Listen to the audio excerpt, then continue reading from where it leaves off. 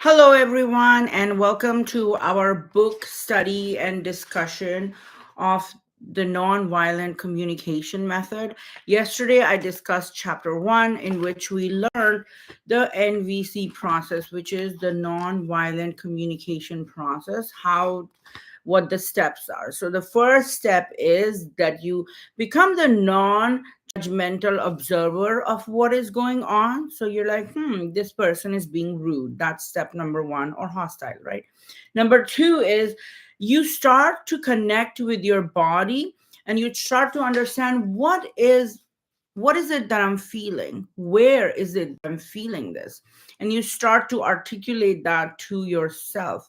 And then you figure out what feeling, what need am I not getting met when I feel this. So for example, when someone is hostile towards me, I feel it in my body, in my stomach, as butterflies, and I feel rage. And then and then what need is not being met? Need of belonging, of acceptance, of validation, right? Of friendship. That need is not being met. And then we decide, what is my request going to be? What is my boundary? What am I going to say? Hey, when you do this, I feel unsafe. Or hey, when you exclude me, I feel a certain way. So depending on what your need is, you set the boundary or the request, right? So let me repeat the four steps of nonviolent communication process. And when do you use this type of communication process? We use this when we have become reactive to other people's talking, or when we're reactive in communications, or when we shut down during communication, is when we use the nonviolent communication. And it becomes the way we talk, it becomes a part of who we are. It lays the foundation of thinking in a very nonviolent, assertive manner, where it does good for all that are involved. So today we're going to get into chapter 2, and I'm really excited for you to hear this and do this book with me. So the two parts also that we learned yesterday, the two parts of nonviolent communication, is one, expressing honestly, and two, expressing honestly through all the four components that I just talked about, and then receiving empathically, right? So finding a place to express the four steps, the four things, and then being ready to receive empathically. So today we are beginning chapter number 2. So nonviolent communication, that or communication that blocks compassion. So if you don't have this book, please get it, or get it on Kindle and read along and listen to the discussion. So let us begin.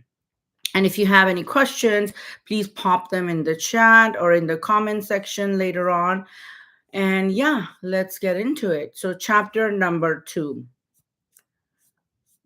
which is, let me pull it up on my Kindle. All right, here we go. Communication. So this chapter is really interesting because it talks about types of communication that blocks compassion. So do not judge, and you will not be judged. For as you judge others, so you will yourself be judged. This is from the Holy Bible, Matthew 7:1. In studying the question of what alienates us from our I s- natural state of compassion, I have identified specific forms of language and communication that I believe to contribute to our behaving violently towards each other and ourselves. So when the author says violently, they mean reactively, with the words that have energy and power, maybe a lot of negativity, right? So author says, I use the term life alienating communication to refer to the following forms of communication. I love this term, life alienating communication, because what causes conflict? Separation, right? Separation from, when I have to, all right, let's keep reading and I'll explain more. Certain ways of communicating alienate us from our natural state of compassion, such as moralistic judgments. One kind of life alienating communication is the use of moralistic judgments that imply wrongness or badness on the part of people who don't act in harmony with our values. So interesting. When someone does not act the way we think a human or they should be acting, we put a moralistic judgment on them, right? Such judgments are reflected in language. The problem with you is that you're too selfish, or she's lazy, or they're prejudiced, or um, it's inappropriate. Blame, insults, put downs, labels, criticism, comparisons, diagnoses. These are all forms of judgment, right? So many times we a lot of my patients and clients are doing the work on healing from dysfunctional parenting, right? So dysfunctional parenting, the first thing they do is blame you, insult you, put you down, compare you to others, diagnose you, right? So these are all forms of judgment, and this is what causes alienation from the other person. So if you're using words, or when you're thinking of another in a power hierarchical, that I'm better, I know better, I say better, and you're down here. The Sufi poet Rumi once wrote, out beyond ideas of wrongdoing and right doing, there is a field. I will meet you there. Mm. Life alienating communication, however, traps us in a world of ideas about rightness and wrongness, a world of judgment. And that's how some people think. They think in terms of black and white, right or wrong, and they live in this world of judgment. And that's the legacy of trauma. You might have even learned this from a dysfunctional workplace or dysfunctional family. It is a language rich with words that classify and dichotomize people and their actions. When we speak this language, we judge others and their behavior while preoccupying ourselves with who's good, who's bad, moral, abnormal, responsible, irresponsible stuff. So we put labels and we judge people constantly, and we have to check ourselves, right? So that's one of the ways we alienate ourselves and sabotage relationships, when we say, oh, I've done so much work, but you are unconscious, or she's not there yet, right? So judgments can be anywhere. It's our nature. So wherever we go, we bring our nature with us. And if you're a judgmental person, you will find ways to judge others. But when you judge others, you isolate and alienate your own self. Long before I reached adulthood, I learned to communicate in an impersonal way that does not require me to reveal what was going on inside myself. When I encountered people or behaviors that either didn't I didn't like or didn't understand, I would react in terms of their wrongness. If my teachers assigned a task I didn't want to do, they were mean or unreasonable. If someone pulled out in front of me in traffic, my reaction would be, you idiot. When we speak this language, we think and communicate in terms of what's wrong with others for behaving in a certain way, or what's wrong with ourselves for not understanding or responding as we would like, right? So when something happens, when a conflict happens, we either say it was their fault, it was my fault, right? We're judging ourselves, we're judging other people. Our attention is focused on classifying, analyzing, and determining levels of wrongness rather than on what we and others need and are not getting. So, conflict arises when people's needs are not understood and not met. That need could be just need to see me, hear me, respect me, treat me like a whole human being, right? So, that's when conflict arises, when we do not meet the basic needs or the needs of yourself and others. And that leads to uh, all right, let's keep going. Our attention is all right. So, thus, my partner wants more affection than I'm giving. So, she's needy and dependent. But if I want more affection than she's giving me, then she's aloof and insensitive. Oh my goodness. The number of times I've heard this in real life scenarios is countless. So many times we judge our partners based on what we need and they're not providing, right? So, but we label them. We don't label. All right, so if my colleague is more concerned about details than I am, then he's picky and compulsive. On the other hand, if I am more concerned about details than he is, then he's sloppy and disorganized. Analysis of others are actually expressions of our own needs and values. If you judge others, you're judging yourself. So it is my belief that all such analysis of other human beings are tragic expressions of our own values and needs. They're tragic because when we express our values and needs in this form, we increase defensiveness and resistance among the very people whose behaviors are of concern to us. Right? So if you're not getting along with someone, you when you act in separation and alienation and say words that might even put them on defensive and resistant, so we make things worse by the choice of thoughts, by the choice of judgment, by the choice of words we use. If people do agree to act in harmony with our values, they will likely do so out of fear, guilt, shame, because they concur with our analysis of their wrongness. Right? So, this is how parents traumatize children, because the child agrees with what the parent is judging and internalizes that shame, that blame, that label. But we all pay dearly when people respond to our values and needs, not out of desire to give from the heart, but out of fear, guilt, or shame. Sooner or later, we will experience the consequences of diminished goodwill and that's how relationships start dying. When you make someone do something out of fear or blame or shame, or oh, she's gonna act out, right, or something. So but that's the end of the relationship because the goodwill and the freedom of the other person is compromised.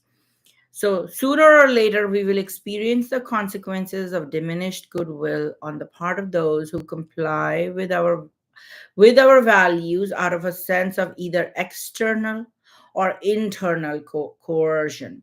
They too pay emotionally, for they are likely to feel resentment, decreased self esteem when they respond to us out of fear, guilt, or shame. Furthermore, each time others associate us in their minds with any of those feelings, the likelihood of their responding compassionately to our needs and values in the future decreases, right?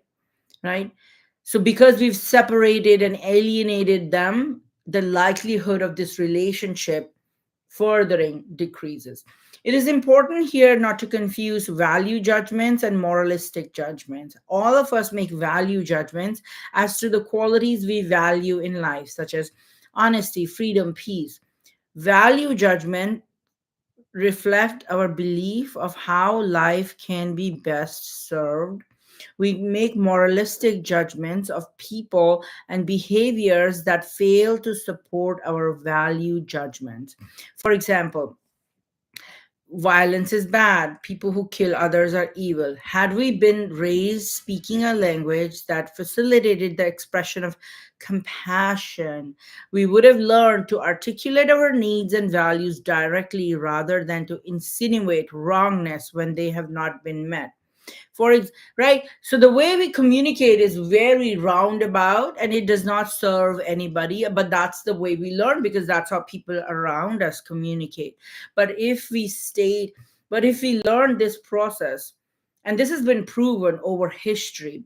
Marshall Rosenberg just wrote the book because he lived in these values and he saw the value of these values. But this method has been proven over history to be successful in establishing peace and harmony in countries, in communities, in companies and families, right? So we have to unlearn the way we communicate and learn to communicate with compassion as our first step in establishing a relationship or a emotional bait with someone, right? Emotional bid. When you reach out to someone, we start with compassion. That's how we reach out, right, to ourselves and others. And this book will teach us exactly how to do that.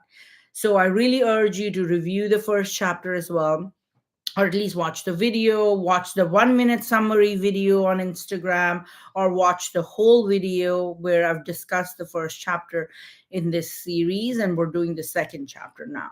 For example, violence is bad, we might say. I'm fearful of the use of violence to resolve conflicts. I value the resolution of human conflicts through other means. The relationship between language and violence is the subject of psychology professor O.J. Harvey's research at University of Colorado. He took random samples of pieces of literature from many countries around the world and tabulated the frequency of words that classify and judge people. His study shows a high correlation between frequent use of such words and frequency of incidents. It does not surprise me to hear that there are considerably less violence in cultures where people think in terms of human needs, where people consider other people's needs, and where versus in cultures where people label one another as good or bad and believe that bad ones need to be punished, right? So when we think of people in terms of, oh, they need this, or versus you're bad because you need this, you're bad because you didn't do good, and right. So if you're judging others, you're already on the path of alienation and isolation. And if you are looking at others in terms of needs that have not been met, or so that's what we're learning in this book. In 75% of the television programs shown during hours when American children are most likely to be watching, the hero either kills people or beats them up. So, this is how we glorify the good. The hero kills people or beats them up. This violence typically constitutes the climax of the show. Viewers, having been caught that bad guy deserves to be punished, right? Take pleasure in watching the violence because they have judged it to be good, right? Classifying and judging people promotes violence. When you say this is the good guy and this is the bad guy, and if bad guy is going to kill the good guys, then that violence is okay, right? So, at the root of much, if not all, violence, whether verbal, psychological, or physical, whether among family members, tribes, or nations, is a kind of thinking, right? Violence begins in our thoughts, is a kind of thinking that attributes the causes of conflict to to wrongness in one's adversaries, and a corresponding inability to think for oneself or others in terms of vulnerability. That is, one might be feeling, fearing, yearning, or missing, right? So we're not able to think in terms of vulnerability. We think in terms of good or bad, and that's very judgmental. We don't think, all right. So we saw this dangerous way of thinking during Cold War. Our leaders viewed USSR as an evil empire bent on destroying American way of life. Soviet leaders referred to the people of the United States as imperialistic oppressors who were trying to subjugate them. Neither side acknowledged the fear lurking behind such labels. So this is what we need to address, the fear that's behind our thinking and speaking that alienates us from others. When we speak words out of fear or hatred or blame or shame, that's what alienates. Even though you might not be saying, oh, I shame you, I blame you, but if you're judging them, then the relationship is gone. Making comparisons. So the next way we alienate others is by making comparison. So those of you who reading the hard book, alongside, we are on page, this is a really cool chapter. I love this. We're on page 18, making comparisons. Another form of judgment is the use of comparisons. In this book, How to Make Yourself Miserable, Dan Greenberg demonstrates through humor the insidious power that comparative thinking can exert over us. He suggests that if readers have a sincere desire to make life miserable for themselves, then they might learn to compare themselves to other people. For those unfamiliar with this practice, he provides a few exercises. The first one displays full length pictures of a man and a woman who embody ideal physical beauty by contemporary media standards. Readers are instructed to take their own body measurements and compare them to those superimposed on the pictures of attractive specimens and dwell on the indifferences. Whew, that's tough. Comparisons are a form of judgment. This exercise produces what it promises. We start to feel miserable as we engage in these promises, in these comparisons, right? So when you engage in comparisons, you will always feel miserable. There is no way you can have similar, same life to another. Everybody, for what they have, there's a long history of how they got to where they got to, not only in their lifetime, but their ancestry as well. So comparing yourself, it's kind of like a blind item. It's kind of like you're just comparing, not knowing their effort, their history, their background, right? Their values, etc. By the time we're as depressed as we think possible, we turn the page to discover that the first exercise was a mere warm up. Since physical beauty is relatively superficial, Greenberg next provides an opportunity to compare ourselves on something that matters: achievement. He turns to the phone book and gives readers a few random individuals to compare themselves with. The first name he claims to have pulled out of the phone book is Wolfgang Amadeus Mozart. Greenberg lists the languages Mozart spoke and the major pieces he had composed by the time he was a teenager. The exercise then instructs the readers to reflect on their own achievement at their current life stage and compare it with Mozart's with what Mozart has accomplished by the age 12, and to dwell on the differences. Even readers who never emerge from self induced misery of this exercise might see how powerfully this type of thinking blocks compassion, because it's judgment, because you have to put a totally different hat on in order to compare, right? And be a judge, both for oneself and others.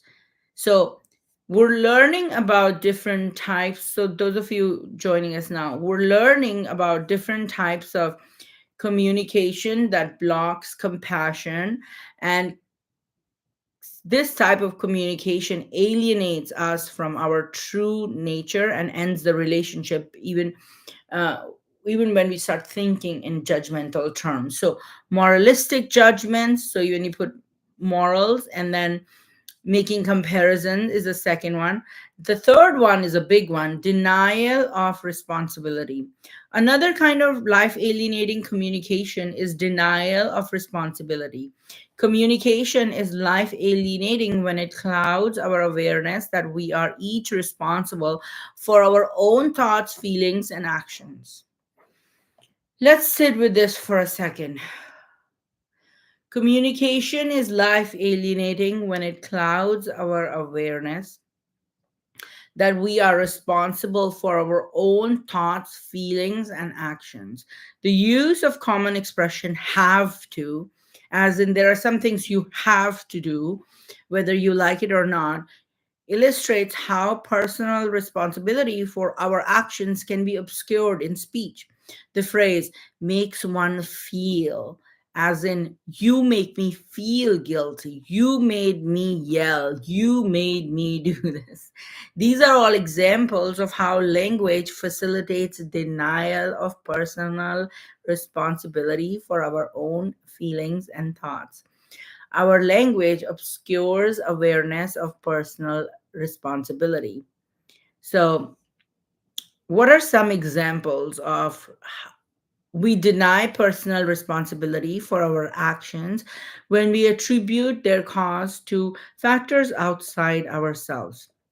All right, so what's the best way to deny responsibility? To put the blame on someone else, right? That's the easiest way to deny responsibility, but it also creates alienation. It is also a violent form of communication. So let's look at this.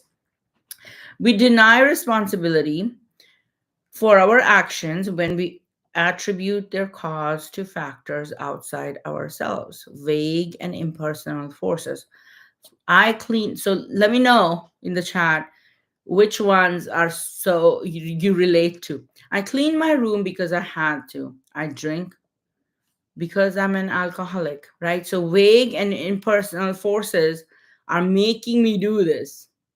Or our condition or diagnosis or personal or psychological history or family history is making me do this. So whenever you blame your actions on something outside of you or yourself, that's when denial of responsibility is the easiest way to alienate ourselves from the rest of the world, because we're saying that I'm not responsible for my actions, but I did because I had to. So somebody else forced me to do it. So let's look at more. Did not So this is the type of communication that blocks compassion. When you tell, oh, you made me do this, or I so actions of others. I hit my child because he ran into the street. I hit my child, I yelled at my child because he was out of line, right? So you blame, so this is blame. You blame other people and make them responsible for your actions. The dictates of authority. I lied to the client because my boss told me to, right? So again, you're putting the blame on someone else and you're not taking responsibility. Excuse me. You're not taking responsibility for your own actions, and that's how you block compassion, because you're blaming the other person. Group peer pressure. I started smoking because all my friends did. Institutional policies, rules, or regulation. I have to suspend you for this infraction because it's school policy, right? So easy to tell children because of so easy to tell people because of policy. So you remove yourself from the equation of what you've done or what you're going to do, and just blame it on policy, blame it on something obscure, blame it on the group, blame it on family history. So when you don't take responsibility of your actions and you blame it on other people, that blocks compassion. Gender roles, social. I hate going to work, but I do it because I'm a husband or a father. This breeds resentment. This alienates yourself from you, right? Uncontrollable impulses. I was overcome by my urge to eat the candy bar. So, so whenever you don't take radical responsibility with the radical honesty of your actions, and then you radically accept what you did and you radically understand why you did it, right? So unless you take that type of responsibility in your life and you keep blaming external forces or people for your actions, that blocks real connection and real communication, because you're hiding, right? Because you're hiding behind the uncontrollable impulse or the dysfunctional family that I was raised in. You're blaming other people. So any type of blame puts a distance between you and the truth, and that's how our own depression starts, because you're not able, because your parts know you're not strong enough to take responsibility for your own actions. You cannot be trusted to do the best for yourself, and you're just going to do the wrong thing and then blame something else. So this causes a lot of loss of self esteem, self confidence within ourselves, and it alienates other people. So, taking radical responsibility of your actions is one way to be human and be vulnerable and be compassionate and be present to establish connection, right? Connection can be blocked when you blame other people and you deny responsibility, when you lack honesty and you lack empathy, when you compare yourself and others, or when you judge others, when you put yourself or others on a higher power pedestal than yourself. That is how you start ending relationships, alienating people. Not all right. So, next paragraph. Once during discussion among parents and teachers on the dangers of a language that implies, I just want to like, 1 second. Let's see. A little bit better. Once during a discussion among parents and teachers on dangers of a language that implies absence of choice, a woman objected angrily. But there are some things you have to do whether you like it or not. And I see nothing wrong with telling my children that there are things they have to do too. Asked for an example of something she had to do, she retorted, "Well, that's easy. When I leave here tonight, I have to go home and cook.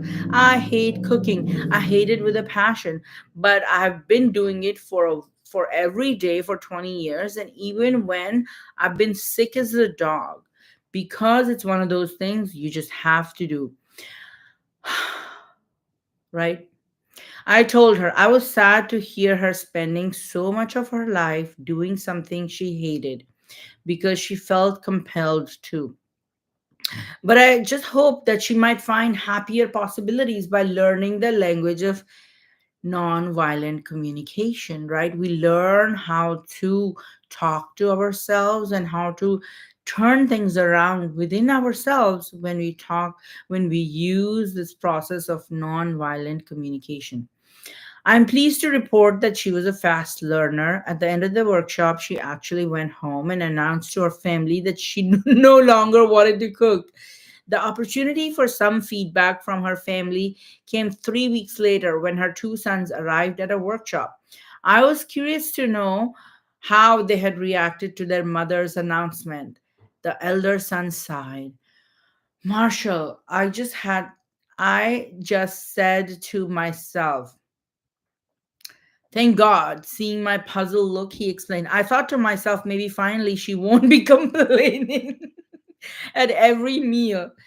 So the child is actually relieved that mom's not cooking, because mom had been just complaining and putting that negativity out there with the food.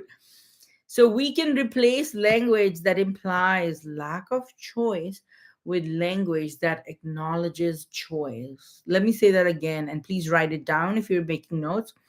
We can replace language that implies lack of choice with language that acknowledges choice.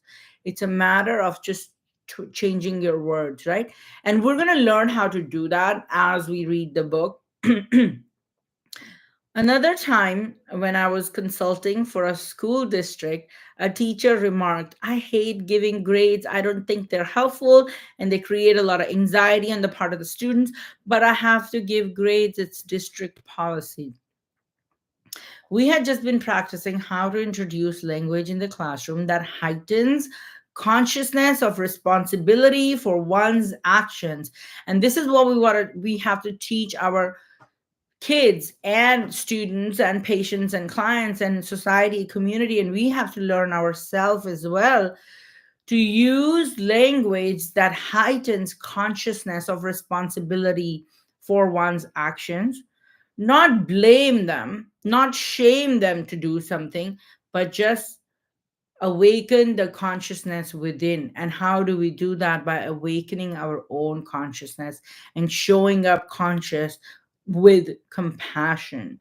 Because with compassion, you and respect, you can move mountains, you can rile up a country, but you cannot, I shouldn't say rile up a country because we're in tough times. Well, I've studied history and I've seen that in a very, very positive manner communities have been moved towards compassion using this process, is what I'm trying to say.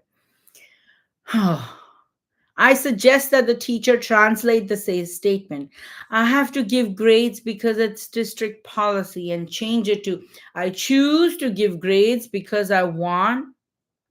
She answered without hesitation, I choose to give grades because I want to keep my job, while hastening to add, but I don't like saying that because it makes me feel so responsible for what I am doing. Right? So she feels responsible for the students' anxiety around grades, and that is why she feels icky. Although she was doing it, she was putting responsibility on the school district for, but she was the one who was feeling uncomfortable because she could not tolerate the anxiety that it produces in children when she has to grade them. We are dangerous when we're not conscious of our responsibility for how we behave, think, and feel. Let me say that again. We are dangerous when we are not conscious of our responsibility, of how we behave, think, and feel, right? And that's why I wanted to do it that way, I replied. Right? So change your language from I have to I choose to do this because, right? I have thought for a very long time now that if someday the increasing efficiency for the technique of destruction finally causes our species to disappear from the earth, it will not be cruelty that will be responsible for our extinction, and still less, of course, the indignation that cruelty awakens and the reprisals of vengeance that it brings upon itself, but the docility and the lack of responsibility. The lack of responsibility of the modern man, his base, subservient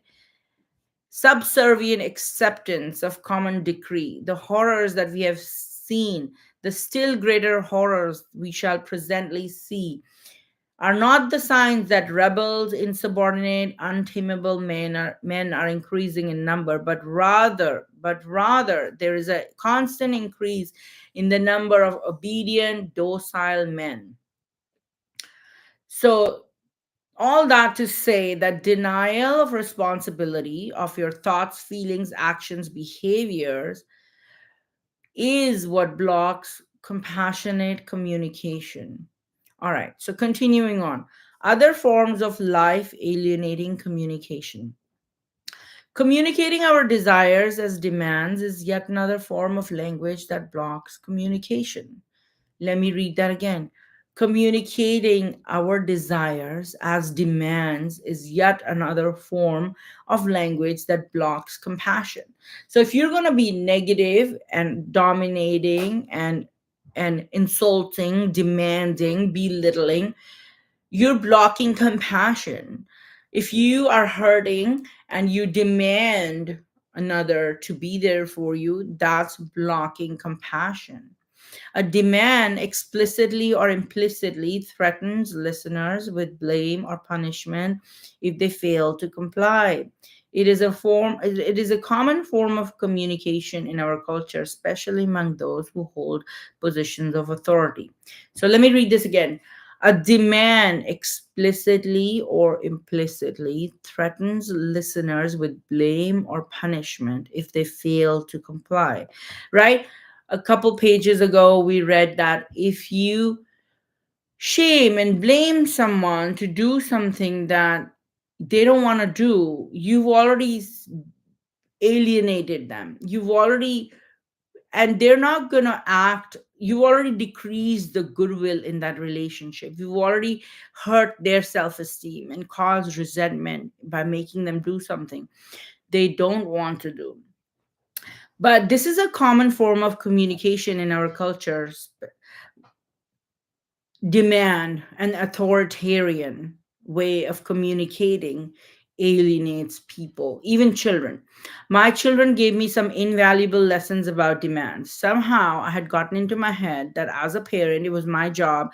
My job was to make demands. I learned, however, that I could make all the demands in the world, but still could not make my children do anything. This is a humbling lesson in power for those of us who believe that because we're a parent, teacher, or manager, our job is to change other people and make them behave. You don't own people, even if you are on the pedestal of, oh, I'm their teacher, I'm the professor, I'm the boss, I'm the parent, I'm the company owner. You don't own people. You don't force them to follow your demands, right?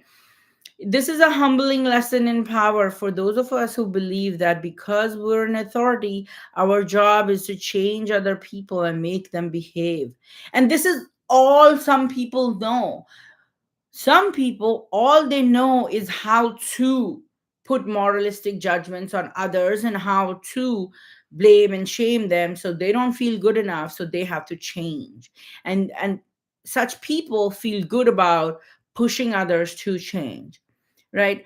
But all it does is causes a rift away from them because nobody wants to be close to someone who sits around judging, blaming, shaming. All I could do was make them wish they had. All I could do was make them wish they had through punishment. Then eventually they taught me that any time I was foolish enough to make them wish they had complied by punishing them, they had a way of making me wish I hadn't. We can never make people do anything. We can never make people do anything. We can never make people do anything. And if you force people, you're alienating them. We will examine this subject again when we learn to differentiate requests from demands, an important part of nonviolent communication.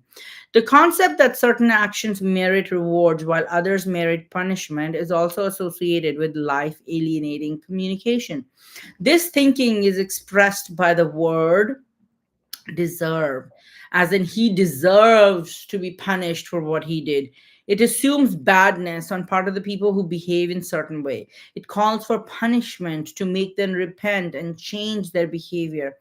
I believe it is in everyone's interest that people change not in order to avoid punishment, but because they see the change as benefiting themselves. Oh my goodness, yes.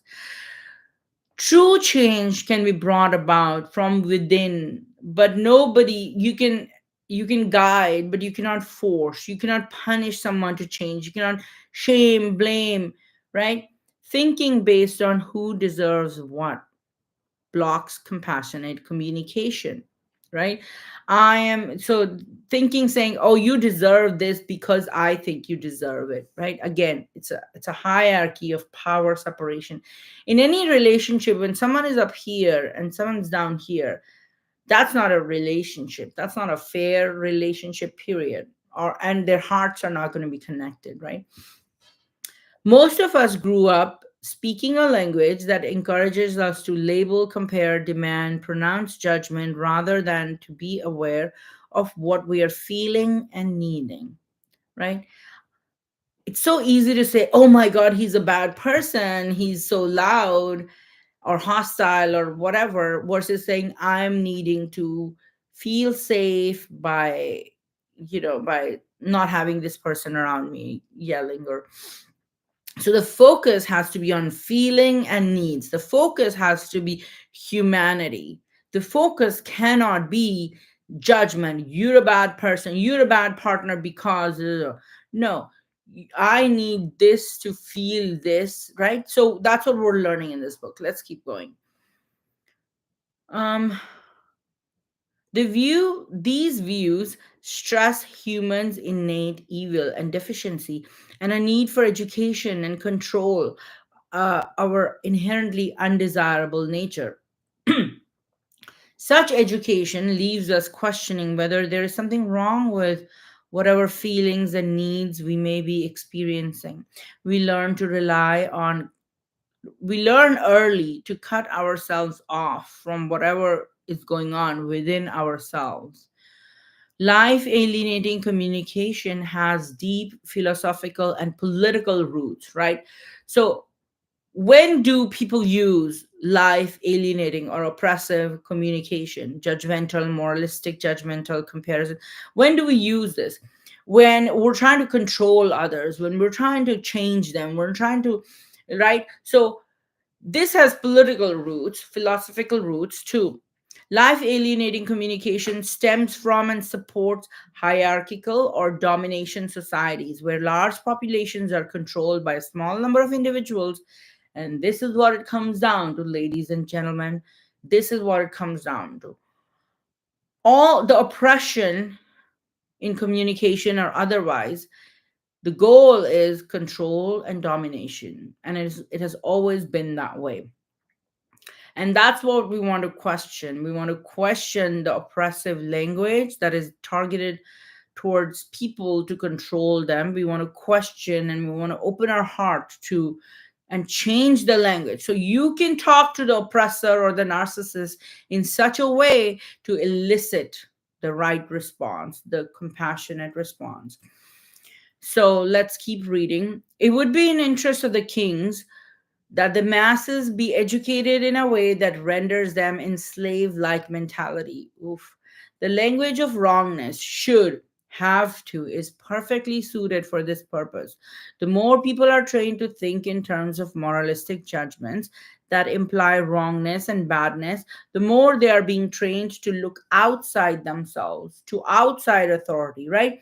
When you are just taught and you start to believe that I can't think right, I'm not, and then you start to look outside. Okay, well, if I can't think right, I can't do right, what am I supposed to do? And that is how you lose your own internal compass, because you've lost your own internal confidence. And this is how codependency begins, because you have internalized the labels from the outside, and you believe that you are wrong or bad, and you've judged yourself and you've shut down your own voice, and now you're looking at outside.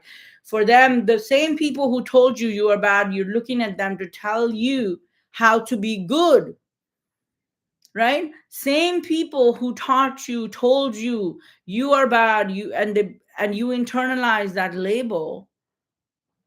And now you're looking at them to, okay, well, I left myself because you said I'm not good enough.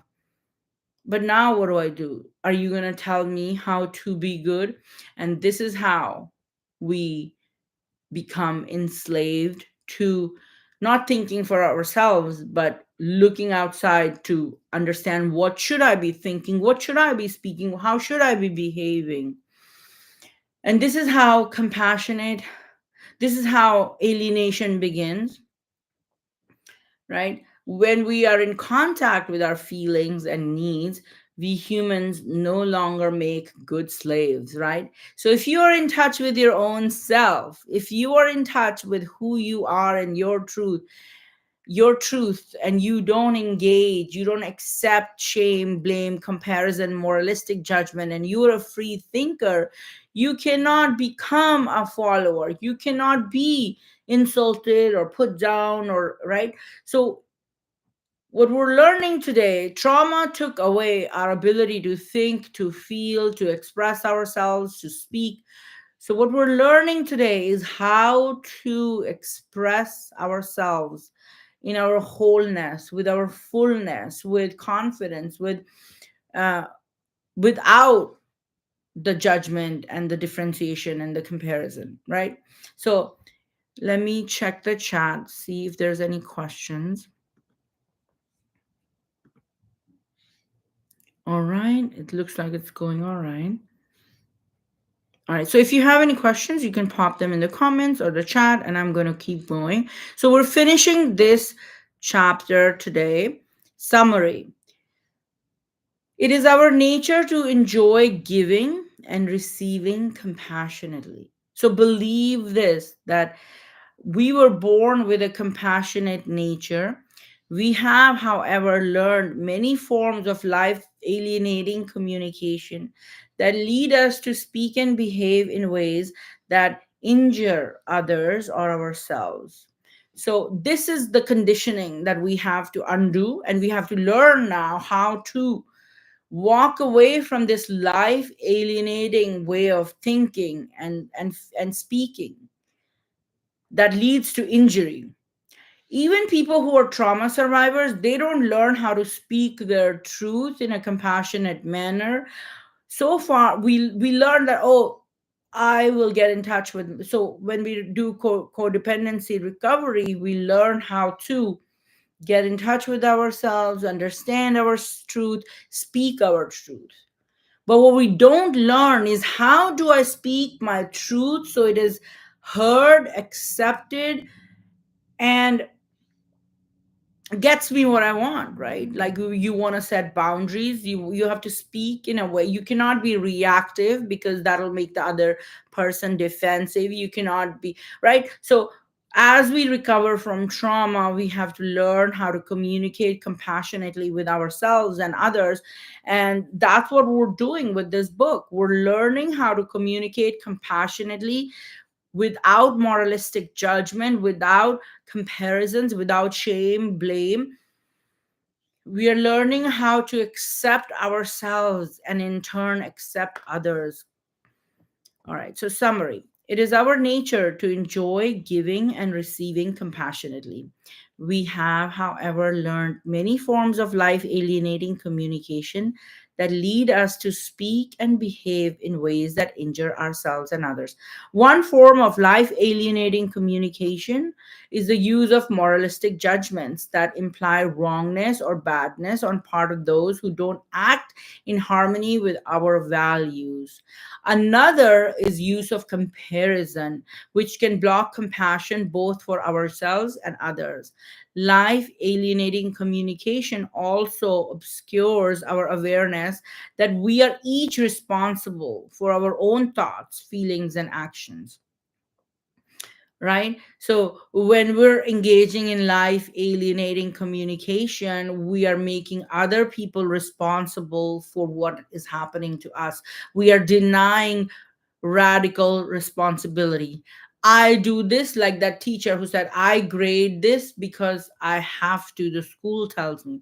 Versus now, when she switches it around, I choose to grade because I want to keep my job, because it's a part of my job. And that just diffuses all the hostility and negativity and anxiety she was holding around grading, because she turned turned that fact to non-violent fact, whereas before she was rejecting the grades and adding to the anxiety, right?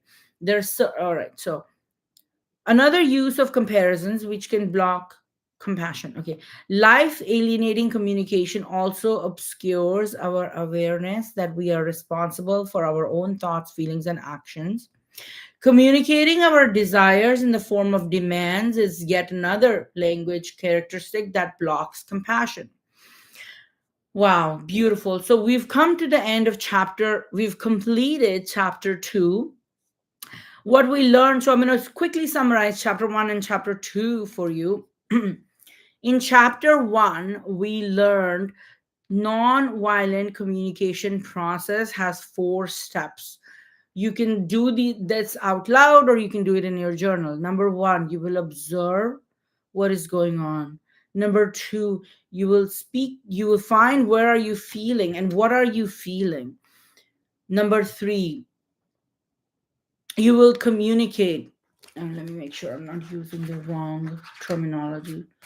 Yeah, you will communicate your needs that are not being met, need for safety, need for relational company, or right. So, and then fourth is the request, or the boundary as we call it.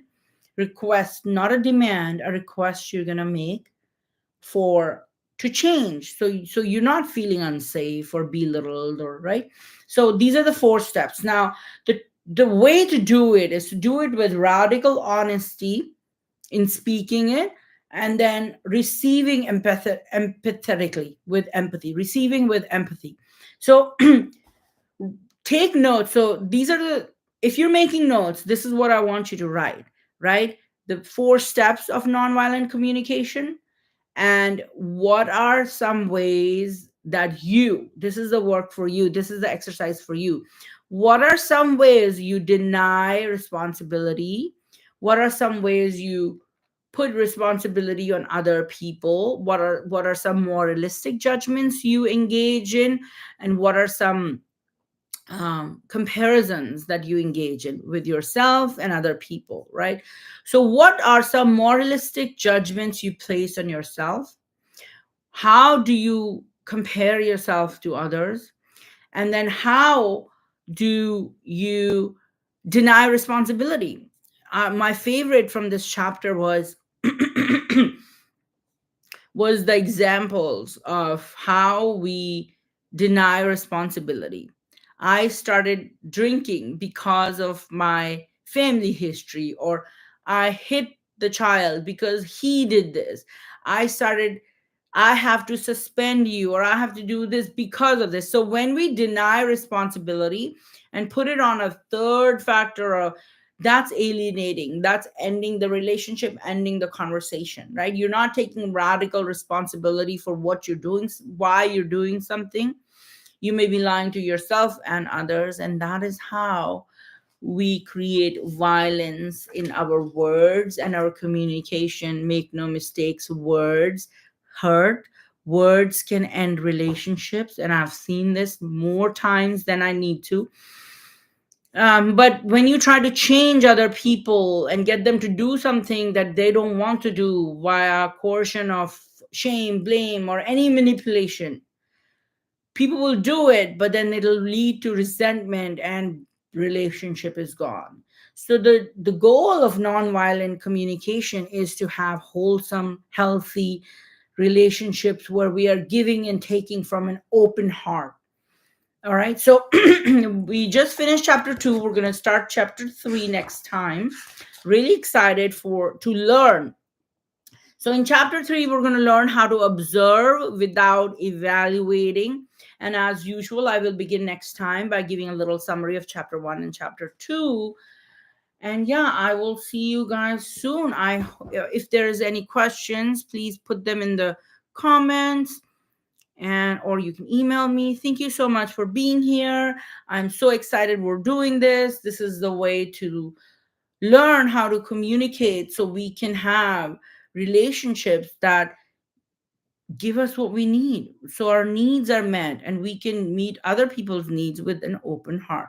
I hope everyone has a great day. See you all next time for chapter 3.